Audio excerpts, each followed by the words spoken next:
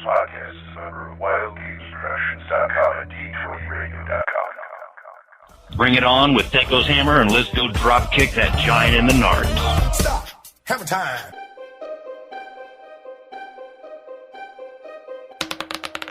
First there was the original. I thought it might be nice for kids. Keep them off the street, you know. Then the basic. This is a simple game. Then the first version of the advanced. Good, clean, wholesome fun. Now the hammer comes down. Welcome to THACO's Hammer, the best damn second edition AD&D podcast ever. Oh boy, we're back. Oh yeah, 2E, THACO's Hammer, the 2E guys. I'm DM Glen with DM Corey. What's up, Glenn? And I wish I could tell you. And DM Brian. Hey, what's happening? Hey, in case you didn't notice, Brian, Corey made me change the billing here. So you come last. Sorry. I'm not answering that. Okay. Well, in that case, let's just go ahead and hit some crits. What do you feel like doing tonight? I don't know, Ange. What do you feel like doing? Oh, we ought to do something at Saturday night. I don't want to go bowling like last Saturday.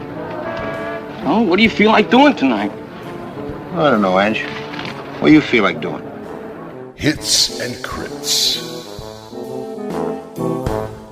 Hits and crits after we left the shortest segment of the whole show. What did we all do this week? Brian. Oh, let's see. I've been messing around with the venerable 2E Core Rules expansion.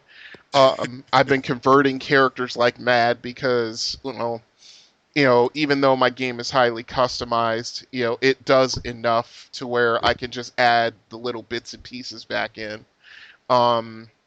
Let's see, what else? Oh, yeah, thinking of a ton of conversation topics for this very show, actually.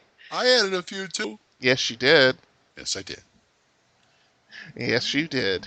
Yes, but you added a ton more. Thank you. I appreciate it. No, I have brainstorms every once in a while. Once in a while, my muse gets up off her butt and says, "Oh, you want ideas? Here, have some." Nice. Got that. How about you, Corey? What's up? What's been up with you? I've been working on a new campaign, running a campaign that I ran Sunday. I heard it was pretty sweet. It was quite violent.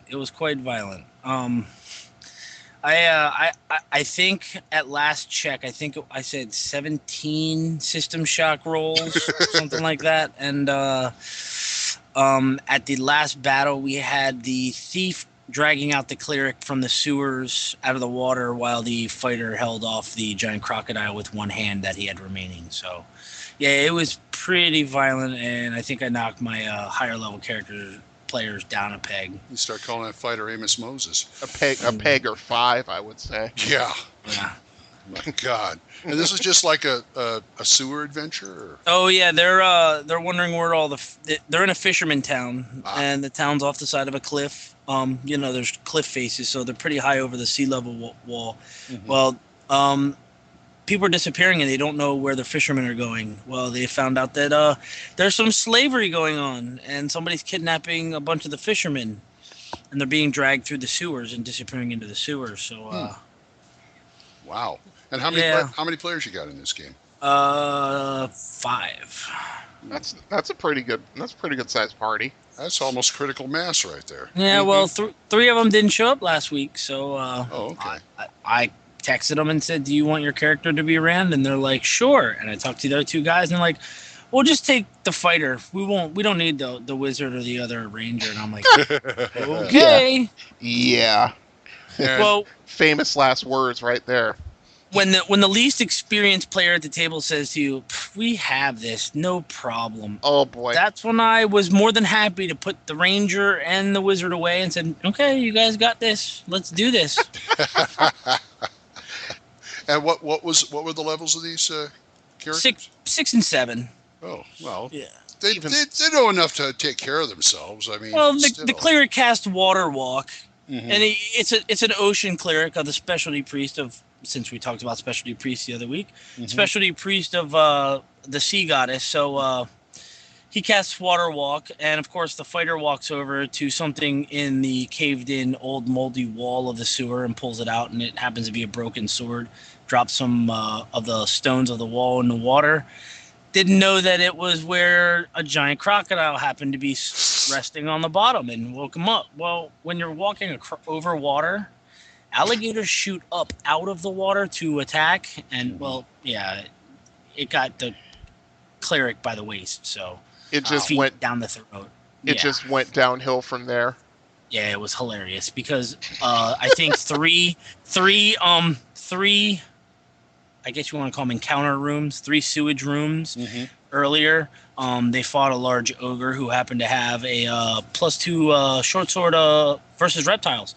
Ooh. And it's been in a backpack, and I didn't say a word. I just sat back and laughed my butt off because they're sitting here losing arms and but Corey, system shocks and Corey. Did you tell them what it was?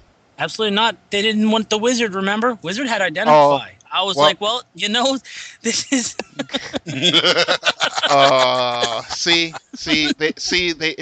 They got hoist by their own petard, as the saying goes. Yep, sure did. Sure did. What about you, Glenn? What do you? You're just like that close from a TPK. Really, actually, I've been doing a lot of donkey work as far as like folding and cutting, putting together those pocket character sheets for the convention. Yeah. I printed out 300 of them, 100 for each edition, and sitting there listening to music on the computer, folding and cutting, going, why did I decide to do this? Again, why? Because you're crazy. Yeah, pretty much. But you folks at the Northwest Texas RPG Con get the benefit of my craziness. Yes, his hard work and insanity. Yes, my lunacy is your savings, or something like that. Because he's insane. Yes, I'm giving away for free. Is that insane? I'm ready to do like a late night commercial. Fucking character sheets, nothing. I'm crazy. Everybody tells me I'm crazy. My accountant wants to kill me. Come get him. Anyway. I miss Crazy Eddie. I really do. Actually, I miss the commercials more. But anyway. That's about it. And looking through like some basic stuff, Rule Encyclopedia, things like that. Discovering there's some monsters in there I didn't even know I've never seen anywhere before. Which is Yeah. But that's about it. That's about it for me. We got any emails? None this week. We got a couple of complimentary ones. One talking about the assassin, but it's kind of long. If you want, I can go right into it. No, that's all right. Okay. We'll say. Oh, and thank you. I know he wrote this week complimenting us, but I never got to thank Full On Gamer for that voicemail we had that I've been using extensively on the beginning of the show. If he wants to call up and record another one, that'd be fine because it works out great. Yep. Or anyone else who wants to call up. That's right, at 405-806-0555, or you can drop us an email at thacoshammer@gmail.com, osrgaming.org, or even purpleworm.org. Yes. Indeed. And we will look at it and laugh. We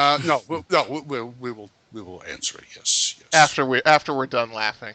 Yeah, after we're done laughing, especially OSR Gaming, which doesn't have a purpose right now, but they're working on it. Anyway, according to some people, grumble. Let's go to option package.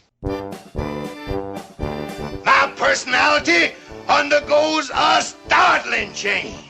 You know, you should meet me because I'm a great guy. I like big fat men like you.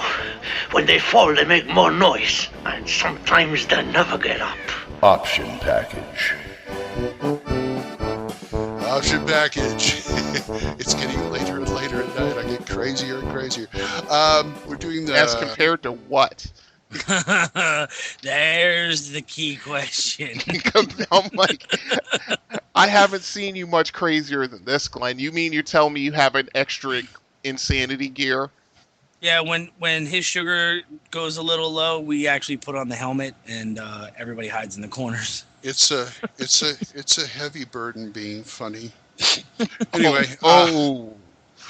we are talking about the Complete Fighter's Handbook. Finally, we get down to the very first splat book, the Complete Fighter's Handbook, TSR number 2110. Yes, and sir. let's see if we have any author for this, or we got like the usual gang of idiots.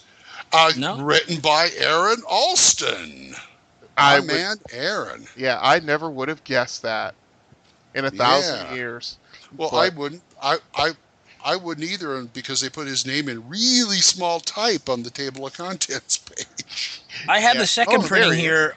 I have the second printing here of 1989. I don't know when the first one was. No, the first one was 1989. Yeah.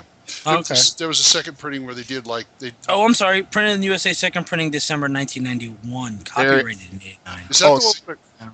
Is that I've got the 89? Is that the one with the glossy kind of cover? No, I have the dull one. Yeah, the dull with the gold. Yeah, no, you know what I think they did, because the Fighter's Handbook was so popular. I think they went to a second printing of it.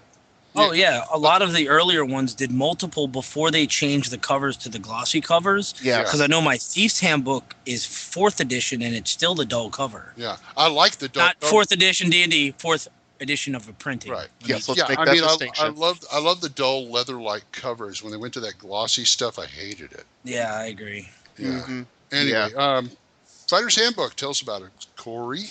Oh, you're gonna throw it to me, are you? All right. Well, Fighter's Handbook, 2nd edition. It's full, and when I say full, if you compare the print font size in the table of contents to any of the other complete books, you can see how much more information is in this Fighter's Handbook. Mm-hmm. What do you think, Brian? Do you agree? Oh yeah. This one's chock full of kits, role playing suggestions, some better explanations of proficiencies. Not only that, but like the biggest section in this whole book is the combat rules. It's additional rules for combat, which just it's dizzying how much information's in here. I agree. It's hard to tell, but I pulled out the Thief's Handbook too, because we're going to do a comparison later, and I'm looking about it back to back, and the Fighter's Handbook is just 1/16 of an inch bigger. Mm-hmm. So yeah, and of course this was the first one. Yes, it was. In fact, it should be called the main one. The main splat book from which all other splat books. No, not really, but anyway, yeah, this is the one. I mean, what do we usually play around here? In role playing circles, you're always everybody that I've known defaults to fighter. Yep. If they can't play anything else, I'll play fighter. You have a new person sitting down at your table. Hey, what should I play? You know what? It's easiest if you just play a fighter. Exactly. You don't have to worry about percentage rolls. You don't have to worry about spells. You don't have to worry about clerical spells. You just be a fighter. Mm-hmm. No, I. We're looking at 14 different warrior kits in here. A couple of these we've talked about on previous shows, like the Myrmidon, the Samurai, and a couple the Barbarian. A couple we'll talk about in a couple future shows too. Absolutely. A couple that got their own splat books too. Mm-hmm. Yes, they have. Yes. But yeah, I'm just saying. I was gonna say, as far as the combat rules, they give alternate ideas for certain things. Like, in one of our probably in our next segment. One of our next segments, the pairing rules. Mm-hmm. Much more in-depth explanations on creating armor and weapons.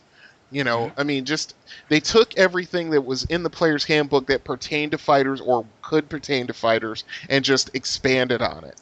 Yeah, they have different sections for pins, for pulling and tripping people, correct use of pole arms, the shield rush, the strike and thrust. Even a shield punch. Called shots. Yep. Yes. Called shots in martial arts. And finally, punching, wrestling, and martial arts. Thank you. There's many a time when I had a fighter in a bar where he didn't want to pull a sword out because that's not nice, but he really wanted to clock the son of a bitch next to him who was being obnoxious. Mm-hmm. Yeah, I mean, and I've also noticed that some of the things in here are actually they were actually in a hardback in the previous editions. The tournament information's here. Yes. Mounted combat conditions, darkness and blindness, unstable ground. It's got a lot of stuff that you would normally have seen in another rule book, but with second edition, they threw it in here because it mainly pertained to the fighters. And you can actually specialize in punching and wrestling too. Yes, you could. That was like something that I thought was really cool. I mean, aside from, my love of the martial arts styles, which we already talked about, this was also another way to make a fighter more than, say, one-dimensional. Right. Because, all fighters have, they're proficient in, barehanded fighting, but if you kept adding proficiencies to it, it would give give more defined, just increasing abilities to the attack roll, the damage, and of course that somewhat infamous punching chart that basically you could alter your result going up or down. I really didn't. That's from first edition, right? This is the second edition. So I remember first edition had something similar. Oh, it was based off of percentile dice, and I didn't like it much either. It's like my argument's always been, why do I have to pull out a sword? Why can't I just punch the guy? Yep. And it was always like, oh, well, we got to go through these like 5 different hoops just to have a fight. Yeah, a barehanded fist fight, yeah. Yeah, and it was stupid. I like the. I do have to add in that I do like the section that I always talk about when we do the complete books, which is the role playing section. Oh yeah, all the different personalities that they have: the brash youth, the crude crusher, the dangerous antagonist, the doomed champion, the fated philosopher, the merry show off, the natural leader, and the sneaky thinker. Yep. Yeah. As a matter of fact, I was watching Game of Thrones last night, and they had. You saw it, did you, Corey? Mm-hmm. Yeah, of course I did. The one-on-one fight. That was pretty good. I mean, you got somebody who's basically fighting like your regular knight, looking to overwhelm somebody, and then you have this one guy who is just like sneaky, tactical, and just completely owns this knight. The knight never even touched him, really. Oh yeah. I like and of course the artwork goes without saying is uniformly great. Of course. And it has Corey's favorite picture in there with the girl with the giant by the nose ring. Sir. And I'm looking at her and she's got her knee in his crotch like she's saying, one move and I go down on this thing. Whoa. You know what I mean. Wow. Yes. You get a knee right in there if you keep.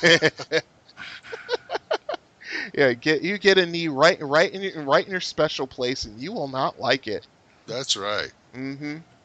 Oh, I did notice something that I have never touched in this. I just wanted to note. I don't know if any of you guys have used it, but it's on page 80. The numbed and useless numbers. Oh yes, yeah, where they never actually used them. Yeah, where they actually had separate hit points for your limbs. Yeah. Oh, wow. Oh yeah. Is that getting a little too specific though? I thought some people like it. Some people like it. I personally use hit locations just to add spice to a game, but I don't get all detailed where your right arm has 18 hit points, right? Your left arm has 8. I don't do all that, but somebody rolls a 20, and then for crit severity they roll another 20. I like to roll a die on the back of behind my damn screen. Where did it hit? Oh, it just happened to hit your right arm. Yeah. Mm-hmm. I love it. They even come out and say, we don't encourage a hit location system, but you guys want it. Okay, here it is. Yeah. Basically, that's what it is. It makes things a little complicated, but if you like complicated, here you go. Yeah. Mm-hmm. One thing I do like about the splat books, and this is why they're optional, people, is the fact that people who want all this stuff that have just complained and complained and complained and complained. The splat books are where they're going. All right, fine, here. Mm-hmm. Now go away. Yep, and there was a lot of that in the Dragon magazines leading up to the changeover to second edition too. Yeah. Mm-hmm. And they're just like, you know what, enough. Here, shut up. Yeah, it's like, let's make these splat books so we can still keep the core game simple, and it's like I said, it's like cooking, making a souffle. You know. Yeah. Another section in here is on 82 that I found that I use a lot, and I've actually copied these out, photocopied, and they're actually taped on the back of my DM screen. Is the recovery of damage. Mm-hmm. And, magical healing and temporary damage. And the one I use a lot is recovery from a knockout, because nobody says how long it takes. Mm-hmm. Nowhere else does it say, how many hit points do I get back per hour, per day, whatever. Right. If I'm unconscious, 20, because you have a system shock roll that if you fail it, you go where? Unconscious. Yep. Okay, well, how does it come back? How, you know what I mean? It's some of the stuff that they've once again, as an old school DM, you come back when the DM says you come back. Mm-hmm. Or if you make, oh God, I can't remember, because this was always something that came up when the party camps outside at night, when people go to sleep. Mm-hmm. And everybody is like, aside from if somebody actually gets an idea and actually starts going and waking up characters, mm-hmm. And of course the players, with their characters being asleep, they want in on the action. So I would be just like, okay, roll me a d20 and I'll let you know if you woke up, or something like that. Mm-hmm. I can't remember the exact system, but usually it's something that I just came up with on the fly, and mm-hmm. usually by the third combat round everybody woke up anyway. Yeah. So I do have to mention 23 pages of weapons and armor information. 23 pages. And this is before the arms and equipment guide. That's correct. Full column descriptions of weapons and what are they? What is a cestus? Do you know? If you don't know, they have a gladiator in here. Well, you want authentic weapons. You don't want a gladiator wielding a flamberge. No. Flamberge, whatever. You want them. Right. Yeah.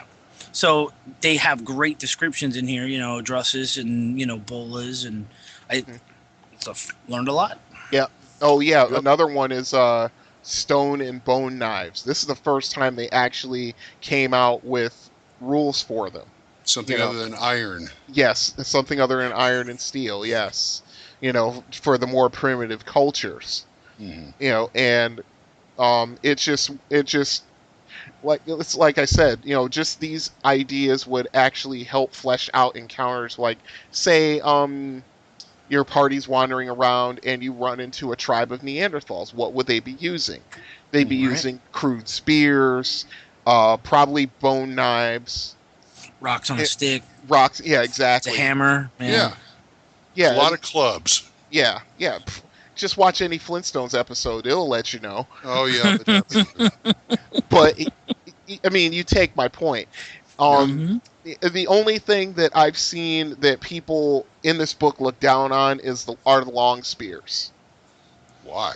Well, basically because they're like, well, they should just be pole arms. I'm like, no, not really. I mean, long spears, they do a little bit more damage than a regular spear, and they can't be thrown because they're just long, as the name suggests. Too long to throw, yeah. Exactly. So, I mean, it's just the weapons descriptions. I mean, this is where the first translation for the katana came in, and that thing is really powerful, as it should be. And you have all of your fencing weapons, like your rapiers, your sabers, your main gauches, and things like that. I mean, this book originally put it on the map and put it right there in black and white for everybody. Right. I do have to note that there are a couple magic items in the back, but I have to call out my favorite one and just give a little nod to it because it's fantastic. Go right ahead. It's the clapper cage. Oh boy. Yeah, I forgot about that. This object looks like a large bird cage that has been neatly folded down into a package about the size of a medium shield. If the user claps his hand twice, the cage grows into a sturdy metal frame tent. It is a clapper cage. Clap open, clap close. Oh boy. Clap on, clap off. Sounds like fun. Now what? No, I'm just saying, if you got to bring somebody back alive, there you go. Yeah. Mm-hmm. Now, the downside of this book. Yes. I've heard, I'm not going to say a lot, but a decent amount of people hate the Fighter's Handbook. Really? Because it brought too much to the table for the players. Oh, overload. Yeah, well, it was to them. It was overload. Well, I would agree. I would agree with that only because I wouldn't even agree with it, but I would say that that my whole thing is that the people who complain that way, to me, they're a bit lazy when it comes to DMing, because how hard is it just to look at your player in the eye and say, no. I'm not using that? Mm-hmm. Really? I understand that. And, when it came out, I think about this, and people used to say that, and I just thought, well, if you don't like this, just wait. You ain't seen nothing yet. Mm-hmm. Yeah, once every like 2 or 3 months or so, another one of these is coming out. Yes. Because I remember in Dragon magazines, when they first started coming out, they'd have in the back this little section called Coming Attractions, where they'd have the products that would be coming out for the next 2 months, and every other month or every third month, one of these splat books came out. And at $15 a head, any player could pick this up. Yep. Oh, they could pick it up, but I mean, even when they went to 18, it was still, Yeah, it was still a bargain. It was still a bargain. Yeah, in some cases, in the case of some books, not so much, but still. Yeah, but still, there was enough there that you could justify the expense. Yeah. Okay, Complete Fighter's Handbook. I'll bet you guys want to tell us how you use it, and I don't know of anybody who plays second who doesn't.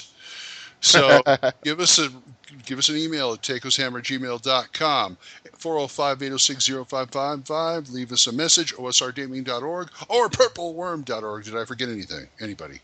I don't believe you did. I don't think so. And that DF thing. Anyway, people skills. The face is familiar. It's mine. And so it is. Oh, yes, of course. It stands out a mile, doesn't it? He's so common. A little lady comes in here and starts throwing her butt around. What is that supposed to do? All right, forget I said anything. Maybe I will. Well, that's pretty good. But don't tell me you weren't looking at it. Well, that's not half bad. She's giving it right back to you. People skills.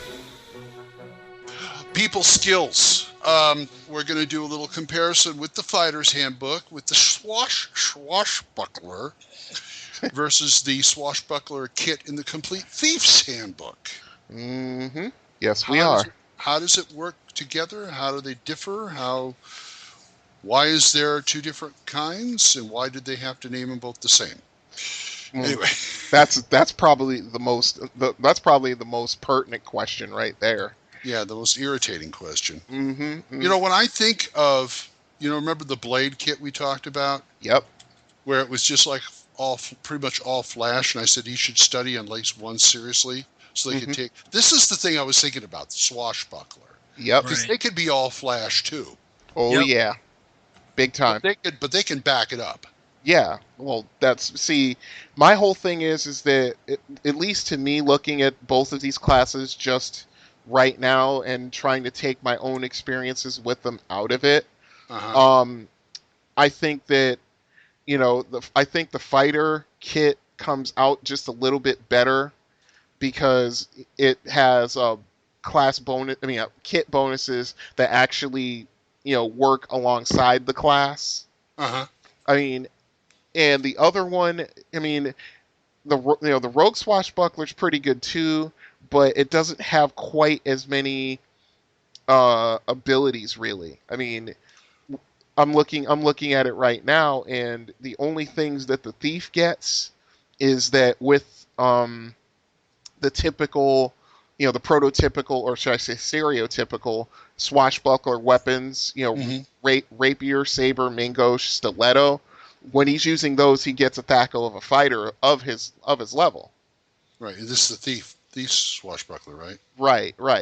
Okay. Now, with the fighter swashbuckler, he has that, but his combat's already pretty decent as it is. What blew me away is the fact that he can cross-class with thief non-weaponcy proficiencies and not take a penalty. Yeah, that's why would I want to play a thief swashbuckler then? Well, if you wanted to be, you're getting the best of. Well, I think with the thief, you basically get a little bit of fighter mixed in, you know, which is actually pretty important when you think about it. Because I mean, I've got this while I'm talking, I've got this fight and this like imaginary battle between a thief swashbuckler and a fighter swashbuckler going on in my head.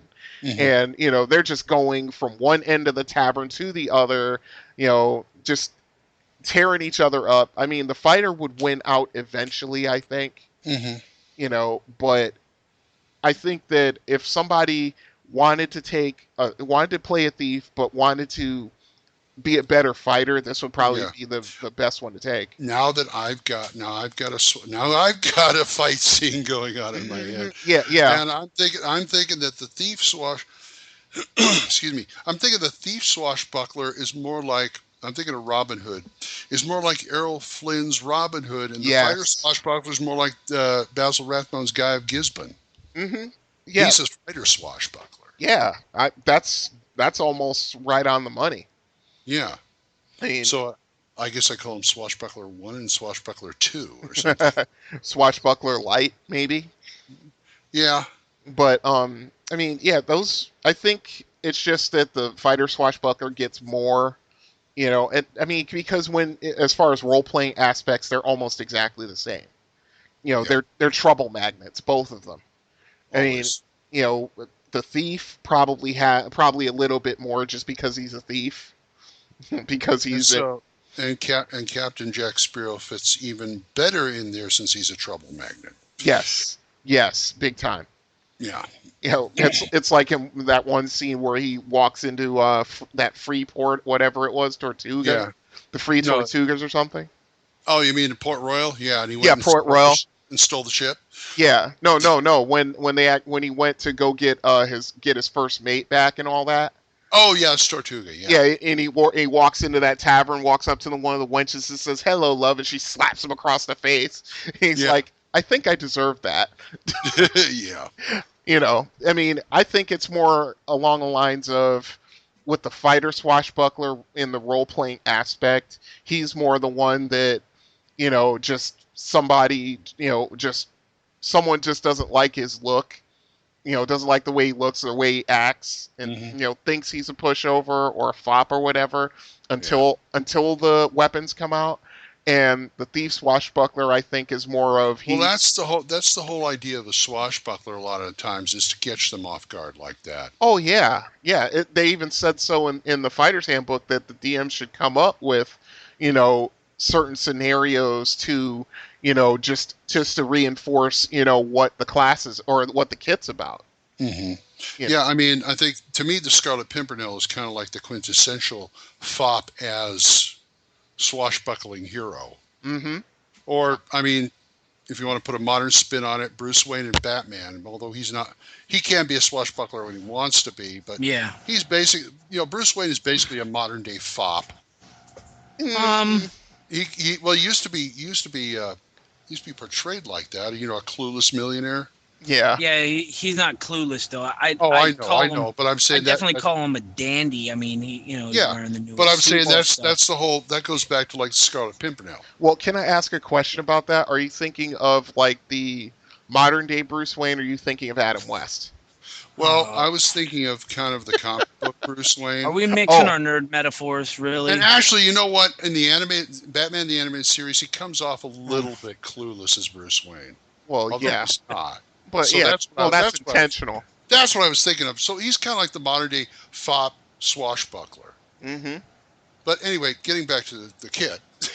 Yes, getting back on topic. Yes. Yeah. I was just saying, Corey, that at least in my mind, the fighter swashbuckler is just the one who, you know, always has, you know, trouble following him. You know, even when he's not doing anything. But the thief swashbuckler is more like trouble follows him because he caused the trouble.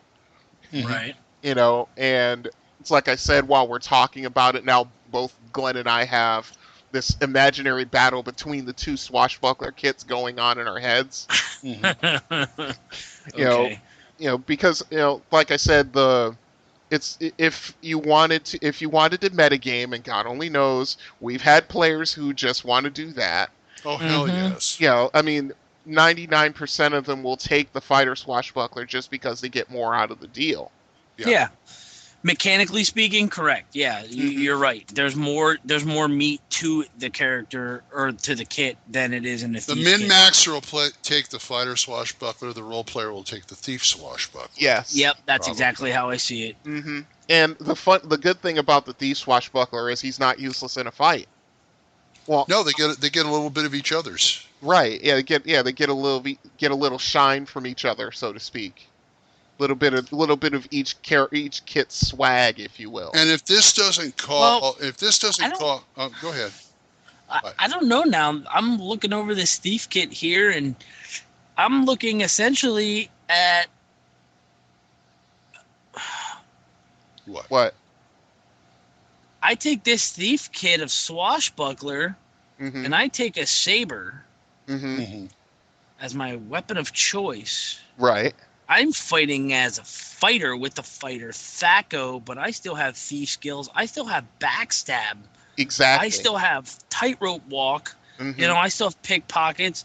So you're looking at a thief who fights at the same fighting level. Yeah, you don't have the same hit points or the hit dice or specialization for that matter. Or specialization. Yeah, you got them there. But you're looking at fighter swashbuckler, Fafford, thief swashbuckler, the Grey Mouser. Okay, yeah, I could see that. Yeah, kind of. Aside from, never mind. Let's not get too literal. Yeah, well, I'm just, we're trying to differentiate between the two here. So yeah, right. Okay. And they both love their adventure. They both, get into tons of trouble. In bars. Wherever they go, trouble seems to follow them. If you want to be, all right, I'll just leave it at this. If you want to play the boisterous bruiser swashbuckler, play the fighter swashbuckler. If you want to be the more suave, debonair, ladies' man type, you play the thief swashbuckler. Yeah, it says even right here as they're in their role with this, it says that they recognize that there's another swashbuckler in the fighter book. He generally is less interested than his warrior counterpart in poking people with his rapier, and is more involved and concerned with his wild theatrics and amazing displays of acrobatic skill. Exactly. So he's more worried about his rep. It's the difference between the dirty scallywag pirate with the bandana on the edge of the galleon swinging a saber versus the rapier wielding guy who's swinging across a gap or a rope. The musketeer, yeah. Yeah, they're both swashbucklers. I don't know. I don't know which one I'd pick. Well, I'm just glad that they give you a choice. Oh yeah. What I wish they would have done was name one of them something different.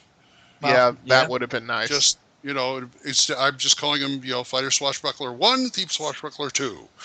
maybe call the swashbuckler, leave the thieves as a swashbuckler, but maybe the warrior kit maybe privateer. Something, it's just something to differentiate them just a little bit.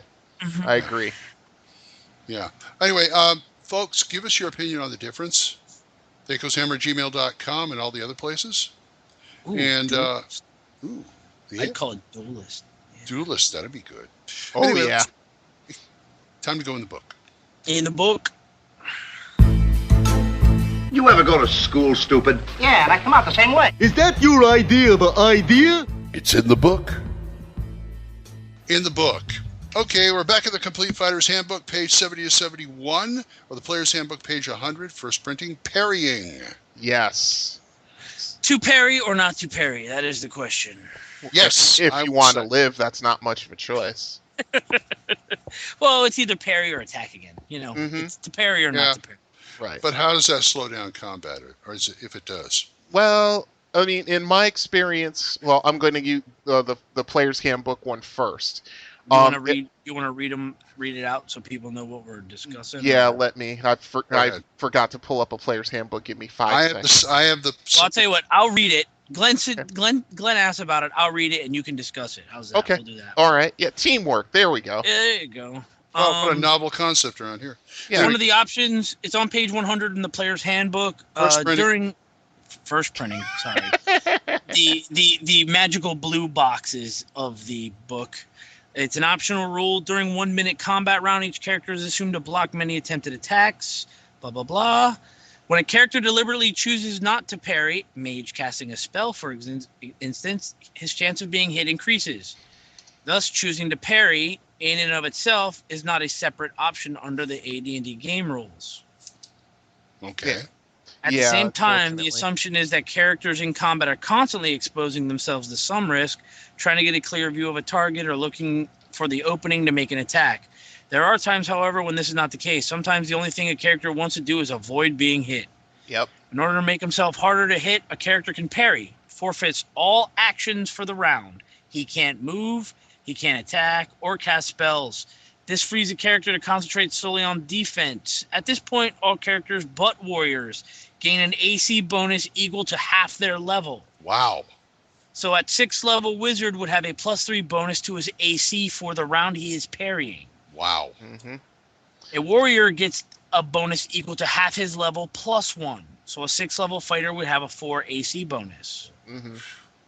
Yeah, see, and as far as I went, I wouldn't. That's not bad, but to me it's sacrificing too much for the character, just to avoid getting hit. Now, there's another set of optional rules that I use, which we'll discuss in a future show because it's out of a Dragon magazine. But, like I said, this went a little too far in sacrificing everything in order to parry. Now, if you have a character like, let's say he's either a 7th level fighter, or he's specialized, he's got multiple attacks. He's got to give all that up? I don't think so. Which is where the rules from the Complete Fighter's Handbook come in. Right. Which are a little bit different. And they excuse me, I'm sorry. They give you the first option, which is actually from the Dungeon Master's Guide, which is what they say, but it's basically the same thing as in the Player's Handbook. Or there's another one where you can sacrifice an attack and you get an opportunity.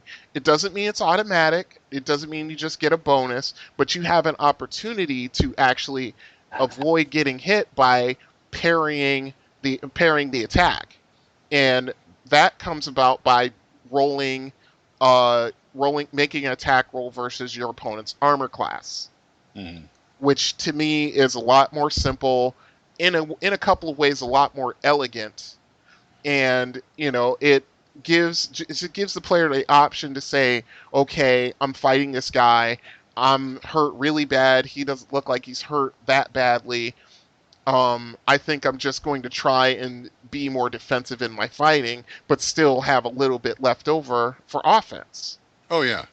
Yeah, it's almost like you're reserving your action or something. Right. And, that's basically where I pulled that straight out of the Fighter's Handbook and dropped that in my martial artist class, because that was like, hallelujah, this is exactly what I wanted. Yep. Mm-hmm. Yep. And, I agree. I think that the Fighter's Handbook one is a lot more combat rich. The other one is just simply, okay, I'm just going to stop doing everything and kind of like hold my quarterstaff out in front of me because I'm the wizard and I only have 7 hit points and the fighter's busy with an orc, but there's another one on me.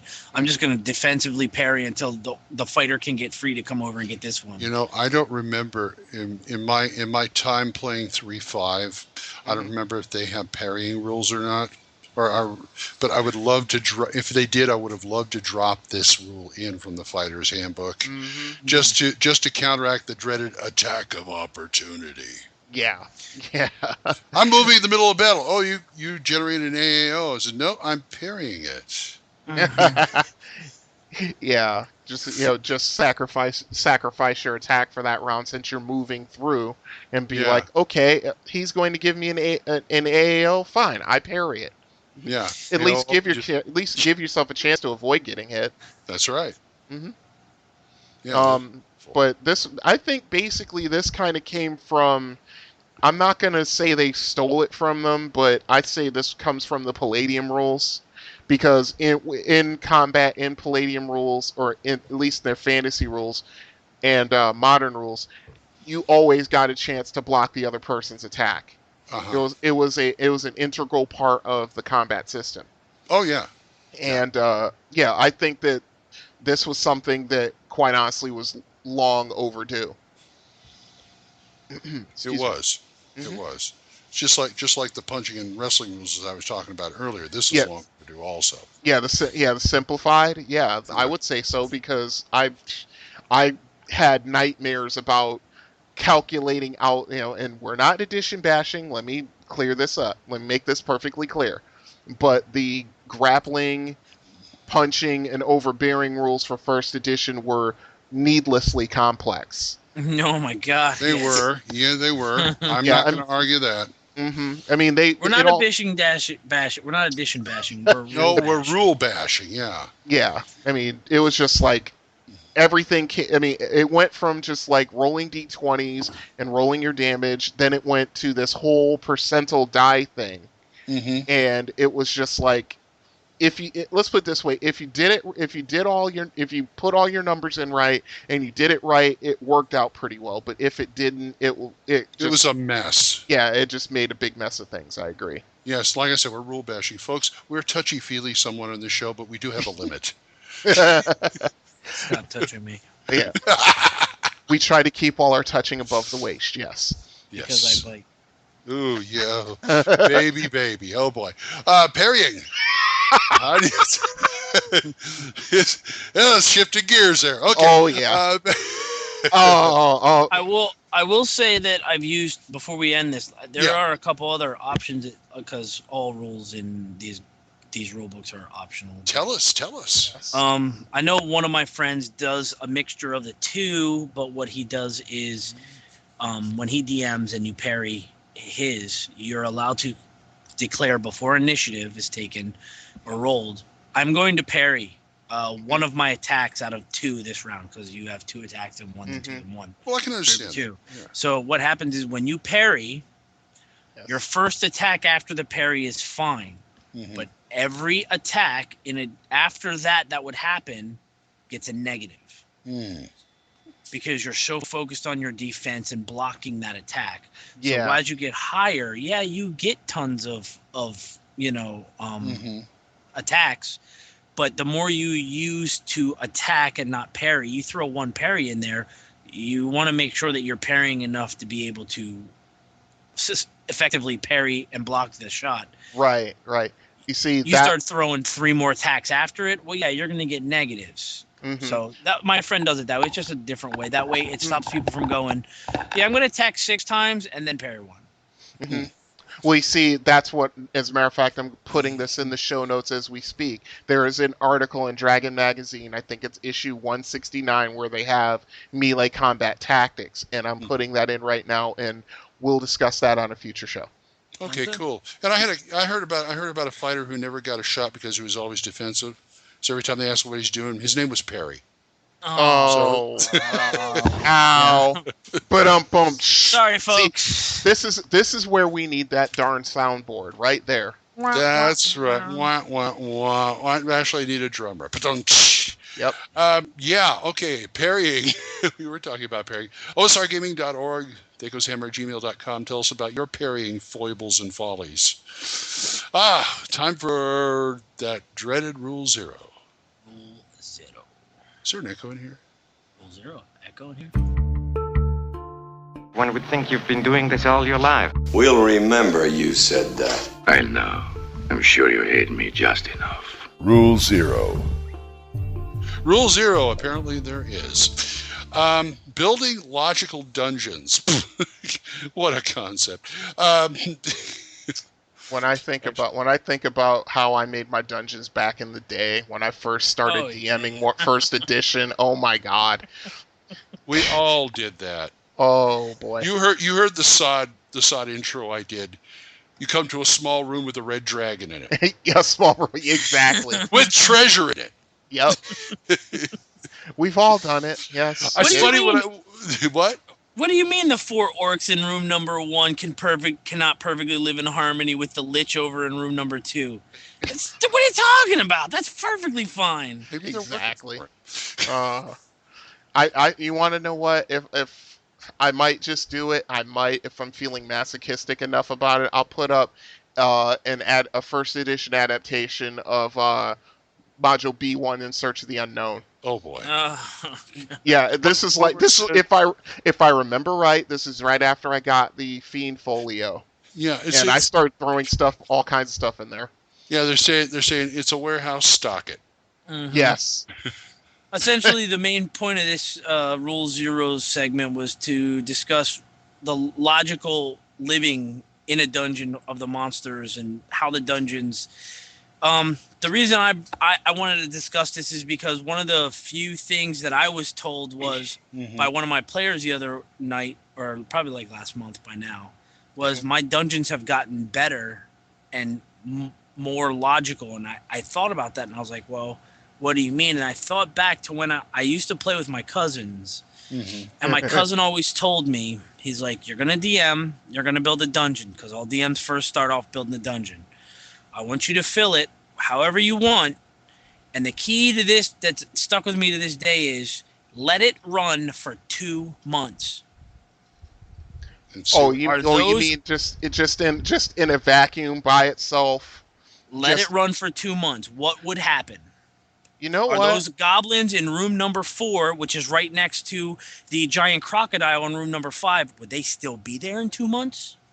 You know, would the zombies who are wandering aimlessly around the open, pit room, would they still be there in 2 months? This is what was told me and taught to me when you're building a dungeon. And logically, you got to actually think about, well, no, the beholder's not going to sit in his chamber room holding a newspaper, smoking a cigarette, waiting for the adventurers to come in. Are they showing up today? Nope, guess not. I guess I'll just keep sitting. Maybe he's got a toilet in there. Maybe, I don't know, but yeah. I don't want to know how beholders go to the bathroom. Keep the Odiak happy. So yeah, exactly. I just thought it would be an interesting thing to bring up. You're right. You don't have to have a degree in biology. No. For just to have a few common sense things. Although to hear some people talk about it in the past, that's exactly what you would need. Yeah.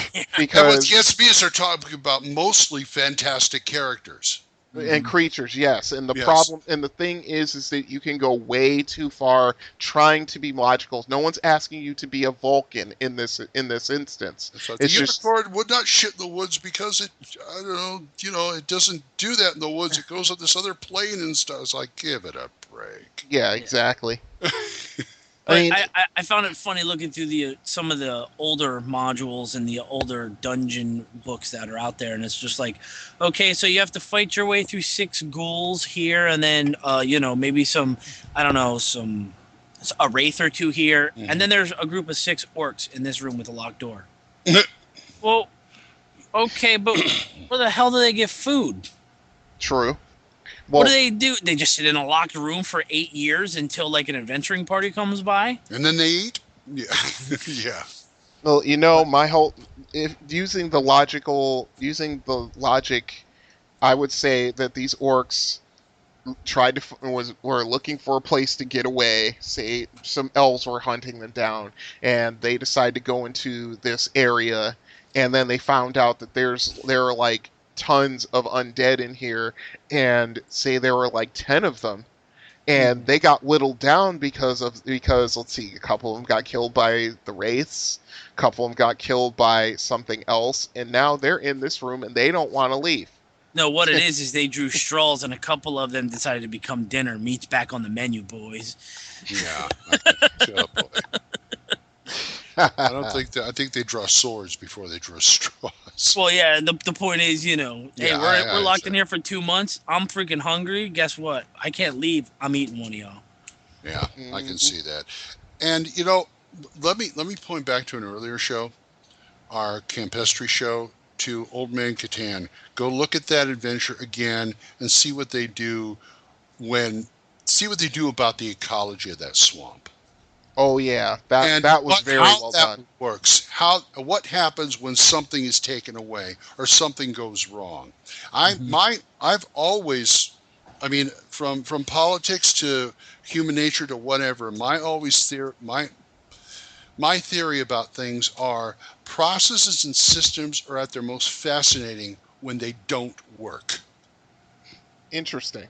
I started that with. At one time, I was really interested in Watergate.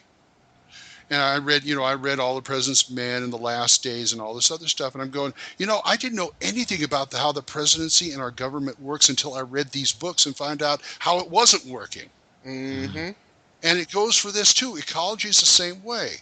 You look at that module and see what happens when the mosquitoes grow large. That throws everything out of whack. Yep. And that's what the party's there for. Yeah, and that's what tells you what it's supposed to be like when it does work. Right. And it's the same thing with dungeons and stuff. I agree. I mean, the first lesson, aside from the fact that it's like the module that we've all gone through at least 6 to 10 times a piece, keep on the Borderlands, that's an ecology. When Gary wrote that module, he actually put just a little bit of thought into it. It was like the kobolds are being bullied by the goblins, who are being bullied by the hobgoblins, who are at war with the orcs, and the bugbears are basically cherry picking from everybody because they're the toughest guys on the block. Then you got the gnolls, who are trying to shoehorn themselves in, and on top of that, they're all conducting raids in the area. And then you've got, and it keeps going further and further along. You find out that there's this evil cult that's behind it all. Yeah. The only thing that's been thrown in there for the sake of throwing it in there is the Minotaur. Right. Because there's no one there who's responsible for that. No one put that Minotaur there. That Minotaur is basically in his home element, in a maze, and, gaming-wise, he's put there to challenge third-level characters. Let's be honest. But the whole thing is that you've got all of these factions of monsters who are trying to either survive in the case of the kobolds, or trying to dominate everyone else in case of like the bugbears and the gnolls. Yeah. And this is all going on. And a smart DM will use that to kind of breathe some life into an adventure that everybody's played, and everybody knows backwards and forwards and sideways. And you see, don't. Yeah, go ahead. No, sorry. Well, see, that's the reason why. How shall I say this? You don't have to go through detail about why the bugbears and the orcs would work together, or why a beholder would have a gnoll as a second in command, and all this stuff. It's good backstory and stuff like that. But a little logic goes a long way. I agree. These kind of things. I agree, but there are those who tend to overthink it and start thinking. They just go way too far the other way. That's what I was saying. Just a little bit of logic. That's all you need. As a counterpoint to my suggestion and my promotion of a logical dungeon, if you look back at a lot of the old first edition modules or classic modules, whichever you may, I'll take my favorite one that we reviewed recently on Sodcast. I was just going to mention that. Castle Amber. Castle Amber. Oh, I love that, man. Oh, that's you my take favorite. that house and literally with everything in the rooms, you let it go for 2 months. It is absolutely not going to look like what it is when the adventurers get there. You know what? I have to disagree just a little bit because you have to understand. Go ahead. I've looked at. I know this module. It's one of the first ones I've owned. I've rewritten it for second edition. My whole thing is that most of the Amber family that's not completely and totally insane, they're trying to figure out what's going on and why. And they have like like in the case of like say, and spoiler alert, I don't give a crap. Richard Amber, who's one of the most powerful one of the most powerful NPCs in that module. He has a tribe of Rakasta beholden to him. Whoa. Okay. Yeah, you remember we just played it in Crispy's game, and see, that was one of the things I was wondering if Crispy was actually going to do, is if he was going to say, well, we could take you to our Lord, maybe he'll be able to explain all this. But then again, considering the craziness of the party members, present company included, See, I don't think that would have gone about. Okay, but that's fine. But what I'm saying is, okay, he has a tribe of Rakasta in that mansion beholden to him. Yeah. So you're telling me in 2 months' time, none of those Rakasta or any other creatures in there go out into the garden where the hunt awaits. None of them in 2 months' time, You know what? no other creature in there would walk out there and, what I'm saying is interaction of the monsters by themselves. No, I agree. And we already discussed when, I said it on the review that a lot of the rooms in there were kind of like, hey, check this out. Hey, check this out. Yeah, and, there's a lot of craziness. Exactly. And that craziness can spill out of the rooms because they're not like, well, we can't leave the room because the director told us we're not allowed to move. Yeah. No. It doesn't, but in the same token, I remember on the flip side, like you were saying, there is a Greyhawk module. And it has a drow female on the cover and a dude behind her on an elephant, and I can't think of the name. I wonder what that one is. The Elephants of Drow? No. No, there's a drow female. It's a dark elf female, and she's a priestess, I guess. Essentially, all I know is if I can remember correctly, it's a grotto, and the PCs find themselves in it. And they're torn between this new overlord wizard who took over this valley. He's been exiled from Greyhawk, and he's... is that where the Valley Elves came from? Yeah, yes. Okay, I know what you're talking about. But there is actually 4 or 5 full pages of background description and logic about why these are here and how this is here. It's fine, but like I said, like you were saying, too much logic can actually kill... Yes. You know what I mean? And because the onus is on the DM to remember all of that. Exactly. And when you're dealing with a ton of players, it's really easy just to forget one little detail, which might, it's basically it's like the house of cards. You take one card out and the whole thing will go collapse. Right. Or a Jenga set for those who are younger. The other reason that I brought this up is because I was flipping through my box of crap stuff. I'll say stuff because crap sounds derogatory. And I came across my 3.5 hardback book entitled The Biggest Dungeon Ever. You actually have it? I have a hard copy version of it, yes. Oh, you know what? It is essentially, for those who don't know what this book is out there listening. It's a phone book that thinks it's a dungeon. Exactly. Yeah. It is. And essentially somebody went, we're going to make a dungeon, and every room is going to have one monster out of the monster's manual. So they took each monster and got its own room. Every single monster in Dungeons and Dragons is in this dungeon. Yep. And it's obviously not supposed to be a logical dungeon. It's for those who want to play Munchkin, the card game. Right. Kick in the door, kill the creature, get the treasure, take his stuff, on to the next one. Yeah. And you want to know what? Just to defend that just a little bit. In some instances, there's nothing wrong with that. No. Some nights, those are the best things to run because nobody has the brain at night for role playing or, True. People just want to sit down, have a beer and pretzels D&D game and just kill stuff. Yeah, just kill stuff, exactly.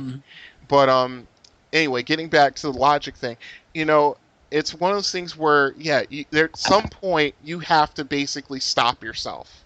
Yeah. From over-explaining why X is here with Y and why Z hasn't done anything about it. And when the players keep asking you why, the DM has to answer, because. Because it's my campaign. Exactly. No, you don't even need to say that, just because. Because why? Because. I just say, you don't know. You don't know, and this is how it is, and you just got to deal. And maybe you'll find out later, maybe you won't. Yeah. If you investigate enough. Oh, don't say that. Yeah. If it's all part of the main rule about DMing, which is you just got to put enough of it in there to make it sound plausible. Plausible deniability? Just plausible. You understand what I'm saying? Just enough logic in there so people go, okay, fine, we go in the room. How do you pronounce that word? Verisimilitude? Verisimilitude? Yeah. Verisimilitude, thank you. Yeah. Yeah, that's it. What's verisimilitude? It's something you put on your chest when you got a cold. No, go ahead. No, it's Vicks Vapor Rub. Anyway, no. Basically, what it means, if somebody on Dragon's Foot has this in his signature, but basically, it's something that appears true within the context of the game, not in real life. Exactly. It has to be. Would that be Mr. Nex? Yes. Uh-oh, shout out. Shout out to Mr. Nex. What's up, Nex? Okay, yeah, just enough logic for it to be plausible in the story you're telling. Yes, that's exactly the story where you guys are experiencing. Yeah. Right. Yeah. And that's the whole key about the whole thing. That's the key to building a logical dungeon and the key to running the game. Yeah. Just one cardinal rule. Don't overthink it. You guys got any logical dungeons out here? We'd love to hear about them. Horse beaten to death. Let's move. 405-806-0555, OSRgaming.org, THACOshammer@gmail.com, and Purple Worm. We're into Loaded for Bear. Bet you don't have a pair of these, Earthling. And for the big critters, sometimes you got to bring out the nuclear weaponry. Loaded for Bear. Loaded for Bear. Fighters gear. Specific gear for fighters. Yes. Once again, going into the complete player's handbook, right, Corey? The complete fighter's handbook. I'm sorry.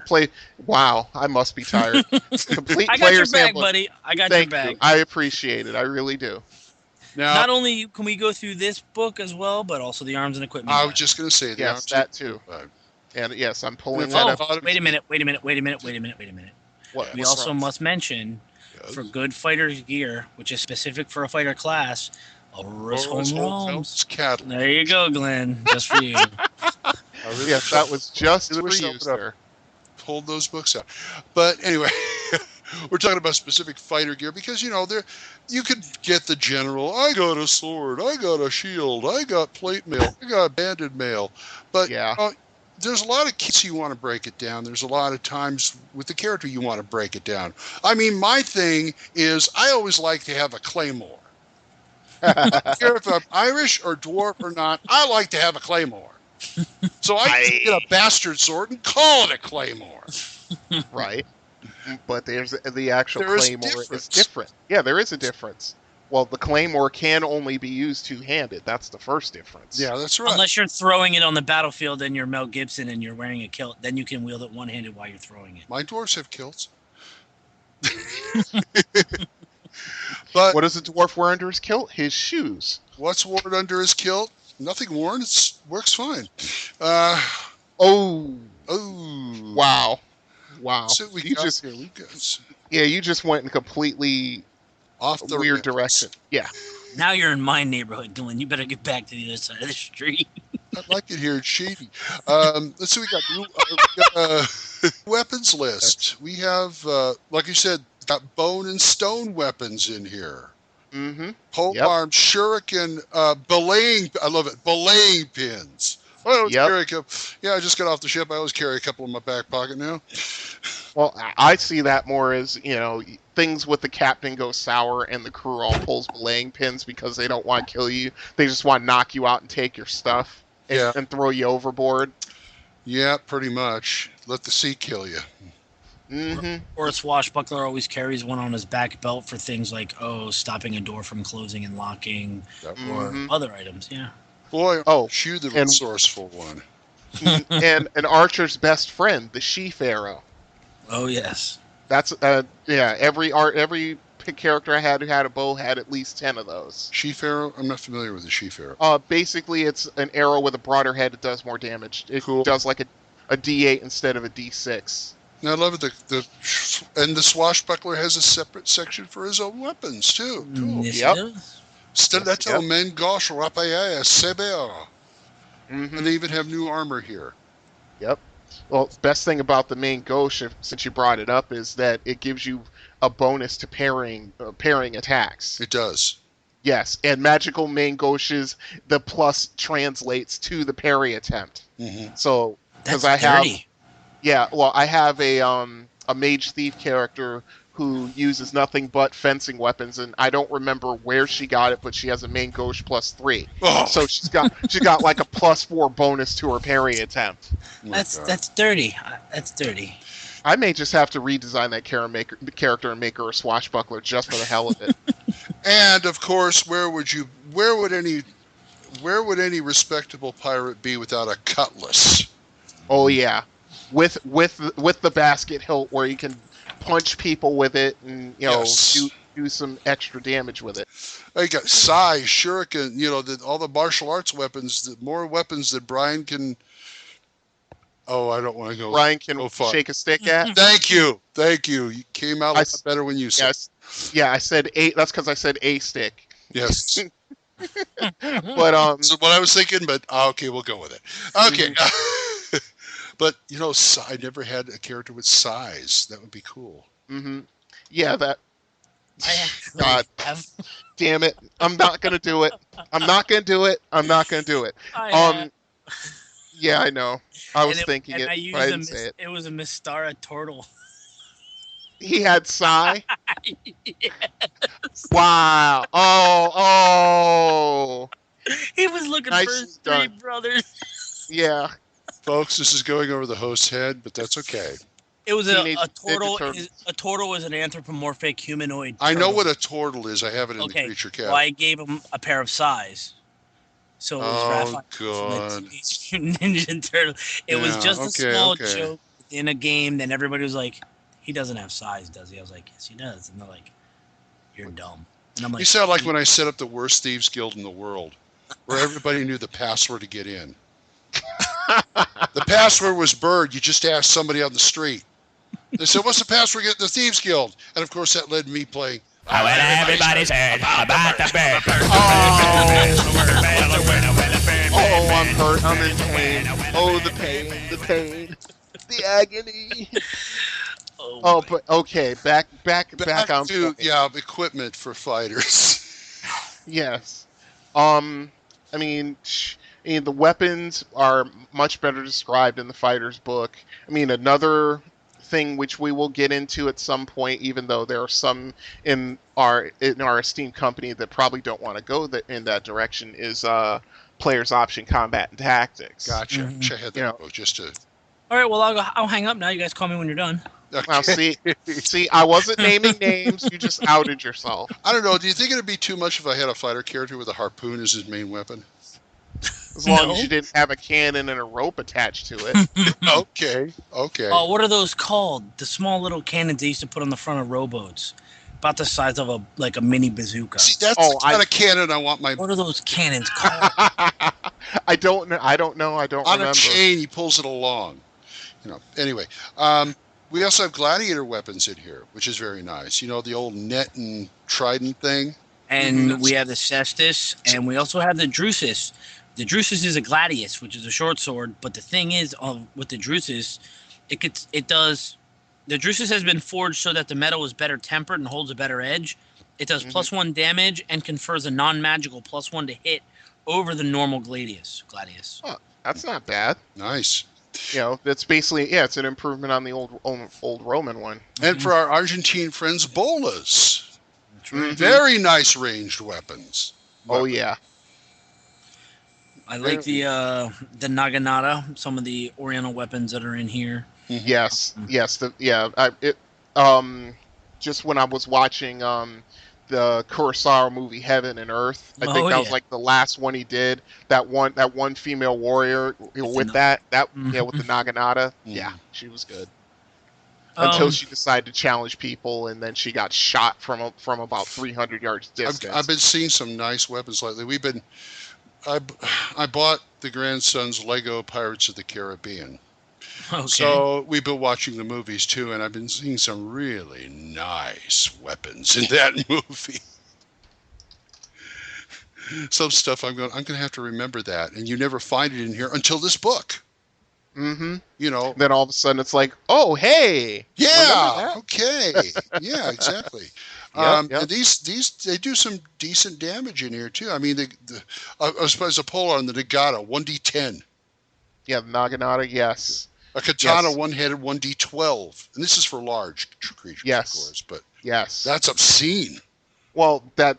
See, and there have been a bunch of discussions on Dragon's Foot about it, where they're like, "Oh, the katana's overpowered. Oh, these guys were, Japanese sword fanboys. Oh, the German Zweihander or something like that was a better sword." And that's like, look, there's only one sword in human society that has gotten so much coverage, and I'd say probably about 90% of it was it of it was deserved, it's the katana. Mm-hmm.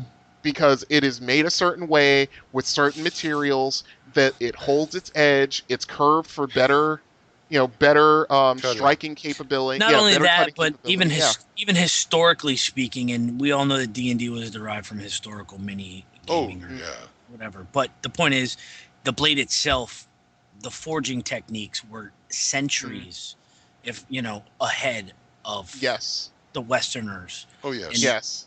The sword was built out of time, out of its time that it should have been built. It was the most advanced weapon, and it still surpasses a lot of the weapons that were made further in history. Yeah, go ahead. No, sorry. No, I was just going to say those who are sword experts, they tell you, not you interview, people who are historical weapon experts and things like that. They will say the best sword that has probably ever been made was the katana, and still is. I wouldn't argue that. Mm-hmm. I still like my Claymore. We won't get into sword discussions, but yeah. Okay, I'm so happy also to see the rapier has better damage in here. One 1d8, because every time I used to take rapiers sometimes with my fighters because I like the whole dueling fencing thing, and everybody's going, oh, here it comes with a pig sticker. Well, he's not going to do any damage. No, rapiers could do slashing damage too. They changed that. It's just the épée. That's what I'm saying. It's the épée, the fencing foil that was the pig sticker. Mm-hmm. But I mean, they have those things in there, and it's if you have any sort of concept for a fighter character, be it a gladiator type, you're not even using the kits, a gladiator type, a swashbuckler, a samurai, if you wanted to do a Conan the Barbarian ripoff, you can do that. Just by putting that character in a certain type of armor and giving him certain weapons, and there it is. Anybody who sees him knows what that character is. Right. Not to mention weapons, we also have a large chunk of new armor and that only a fighter can wear, or a type class. I love the descriptions of the gladiator armor, the Thracian, the Gallic, and the Samnite. Mm-hmm. Very, very cool. Very nice. Even the costs. Yeah, and you got the usual stuff in here, and then it goes into, like you said, the gladiator stuff. We actually get a stat for hide. I've never seen that before. Yeah, hide armor, brigantine armor, which is cool. Yeah. I mean, it's just brigandine. It just gives a nice, game mechanics aside, it gives nice flavor to whatever you're trying to, accomplish. And a difference between the open and closed face helm. Yes. Usually it's like, I have a helm. Okay, well, they all look the same, so, I also like the... I said, don't I get pluses for this thing being closed? No, they're just the same. Yep. No, you get a bunch of penalties, actually. Well, the only thing is that, helms are only there, to guard against headshots if you want to talk game mechanics. Right. What is the Great Helm? Yeah, the Great Helms. The Great Helm is, the open-faced helm. Each helm gives your character's head an armor class. Because if you think about it, your head's unprotected, it's armor class 10, minus whatever it is for the... for a called shot. Mm-hmm. So, it's like -8, I think. They even have the whole discussion about wearing a helmet or not here. Mm-hmm. No head protection, visioning, hearing checks. Yep. In the campaign, what head protection doesn't do. Mm-hmm. You're right. Is change your armor class. Also, like the information about the high quality racial armor. Yes. All the different little knickknacks and the different quirks that each of the different racial armor gives to a fighter. And how to fit the armor. Yes, that is very nice. And piecemeal armor, of course, which to me was like a godsend to some people, because you usually just see full plate, full scale, stuff, and it's like, all I want to wear is a male shirt. That's usually what my characters wear, a male shirt. That's it. Yeah. But that doesn't give you the same protection as a full suit of chainmail would. No, it wouldn't, but at least they give you an option there. Yeah, absolutely. You could, a male shirt with, say, leather leggings or breeches, and and maybe like a chest plate over. Finally, you can mix and match. Basically. Yeah, you can be as patchwork as you want to be. Yeah, and it's great stuff. Great stuff. You guys know about this special gear. Why don't you tell us about it? THACOshammer gmail.com. And where? What's the number? Our phone number? That's right. Oh, our phone number. 405-806-0555. Are we ready? I think we're ready to move on to snipe hunt. Let's go hunting there, Glenn. If you only had a living brain. What do you think? Escaped gorilla? Listen, you're making enough noise to wake up the dead. I don't have to wake him up. He's up. It's time for a snipe hunt. Snipe hunt. God, I wish it was snipe this week because we're talking about spiders.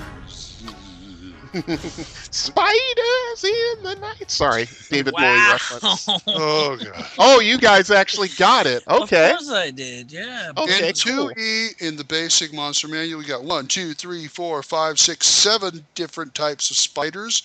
And what? 1, 2, 3, 4 are size spiders, which is basically large, huge, giant, gargantuan. And there's minimal difference, like hit dice and armor class and all that kind of stuff. And the poison stronger as you go up in size. We know that since we started THACO's Hammer, we didn't want to touch on any of the monsters that are in first edition or in classic D&D. And we know spiders are there, duh. But we wanted to focus on the more unique... Esoteric. There you go. I didn't get that memo. Okay. You didn't get the memo. Oh, what? That we weren't talking about the other monsters from the other editions? Well, you can't really help it. Well, yeah, you can, but there are a ton. There's a ton out there. I know. It's okay, Corey. It's okay. We'll talk about the unique ones. Okay. I want to talk about the Ging Watson at some point. But anyways, we'll move on to this. You want to do what to what? Okay, never mind. How many cookies? Yes, let's talk about. You wanted to talk about the what was it called? The sword spider. Yeah, the sword spider and the phase spider. Yeah. Now this is an Underdark critter, isn't it? Sword spider. No, it's actually native to jungles, but it's been introduced into the Underdark by the Drow traders as per the monster compendium. That's pretty crazy, isn't it? Yes. Yeah. It has a sleek, hairy black body with brown stripes, which is about 12 feet in diameter. That's ridiculous. Yeah, that thing is absolutely massive. Its legs have bony plates with sharp raised ridges that cut like sword blades. Yikes. Hence the name. I'm looking at the monstrous manual. Is that a picture of it there? No, that thing has a face. That kind of scares me. I don't even know what that is. And see, I'm using the core rules version. Yeah, I'm using the core rules version of Monsters Manual. It doesn't have the picture. Okay. But anyway, you were saying? Well, I like the special ability that a lot of people don't really use with their spiders much. They just put them on a roof, make them drop, or have them crawl out a hole. These sword spiders leap horizontally as far as 30 feet and land legs forward, impaling its prey. And they're sharp legs. Yes. And they're probably barbed like a hook, aren't they? It just says that they're bony plates with sharp ridged. It doesn't say that it's... stuff that'll stick. Yeah. Yeah. Well, considering what the damage is per leg, I'm looking at it. It's like, now, it all depends on what size the target is, but it can... basically impale with its legs. It's like, I think for medium-sized creatures, like 3 legs. Each leg is 2 to 12 damage. 2d6 per leg. Oh, sorry. I said 2 to 12. I'm sorry. Yeah, I should say 2d6. That's gross. Yow. Yeah. You can basically, let's see, I'd probably say a 4th level character could get killed instantly by one of these things. Oh, yeah. And we're not even talking poison. Yeah, that's no. It has no. It doesn't. Does it have a poison attack? I don't think it does. It doesn't say anything. Special attacks see below, but it does not say anything about poison. I think he's talking about. I mean, it doesn't need poison. Well, true. My God. Because you're getting pierced with. I mean, anything like larger. You could throw one of these up against a dragon, and that it would hurt the dragon a lot. So essentially, one attack by this spider on a medium-sized creature is 4 legs. So you're looking at 8d6 damage from this spider. That's more than a fireball. Yeah. And don't forget the bite, which is another 2 to 8. Yeah. So you are looking at a potential damage range of 4 to 56 points. Oh no, because if the spider's leap is greater than 20 feet, each leg receive a +1 bonus to damage. Oh my god! Gee, I think somebody created this to as a basically it's kind of a character killer.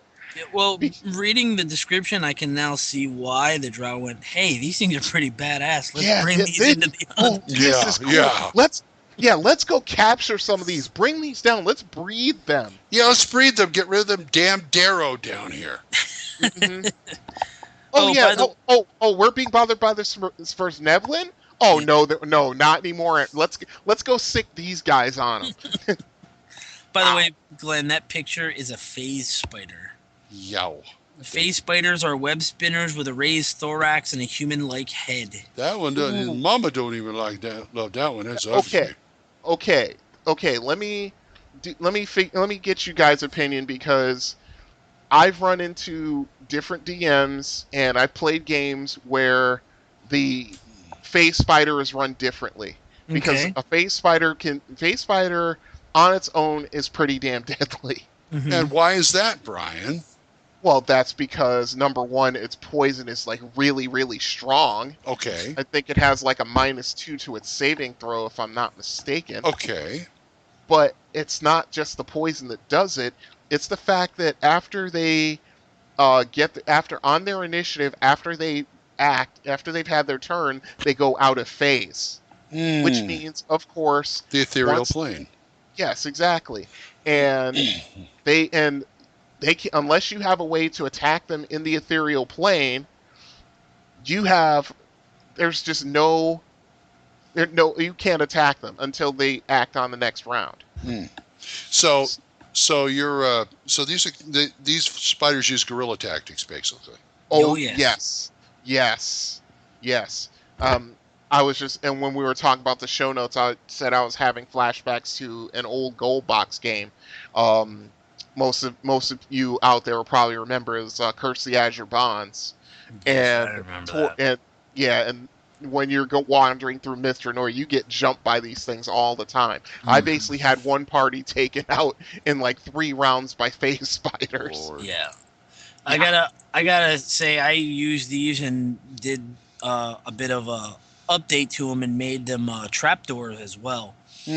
And I had a party of 6 walk into a group of their trapdoors. Well, they thought it was a group of spiders.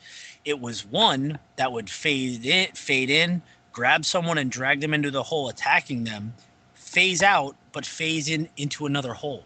Whoa. So the party would jump into the first hole, weapons downward, impaling their friend, not realizing the spider was not there. Meanwhile, the two fighters are down in the hole looking for the spider. The spider pops out across the way out of another hole and grabs the cleric, dragging the cleric down. Yeah, these things are deadly by themselves. By the way, I think it was you, Corey, that mentioned there was no trapdoor spiders in 2E. Look under giant spider. You will see giant trapdoor. Yeah, there's a variant.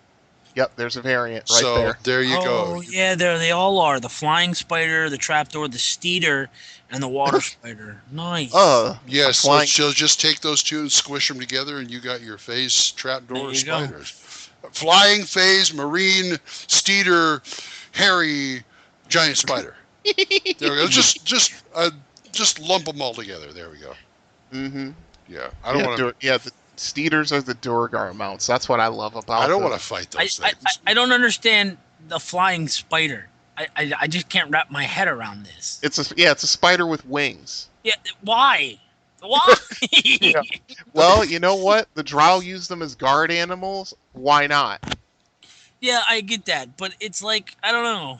But I don't see my favorite one in here. Which is? The barking one. No. With you, Glenn, they're 8-hit dice. Oh, I guess so. Okay, that went over my head, but all right. We'll explain after the show. Yeah. Okay. Okay. Oh, got it. I really, really wish I hadn't asked. Sometimes silence is golden. Yes. Silent barking spiders? Oh, I'm sorry. We're back on. Go ahead. Yeah, well, I already told about the 4 giant spiders, and I was just scratching surface on that. You folks, tell us about your spiders. Don't call the Orchid Man. Tell us about your spiders in your games. Have you used them? Have you used them? Have you fought them? Yes. I always had one of my characters always had a pet. He was your friendly neighborhood spider, man. Anyway, THACOshammer@gmail.com. I think we're at the end of this episode. Thankfully. 405-806-0555, osrgaming.org, or purpleworm.org. And you are right, my friends. We are at the end of the episode. I don't think we can follow that with a stick or something. Okay, let's go play with spiders or something with fighter gear or something. Say goodnight, Corey. Good night, everyone. How about you, Brian? If we don't get taken off the net, we'll see you next time. And for DM Glenn, I'll see you next time when the hammer comes down on the spiders on THACO's hammer. Squish. Crunch.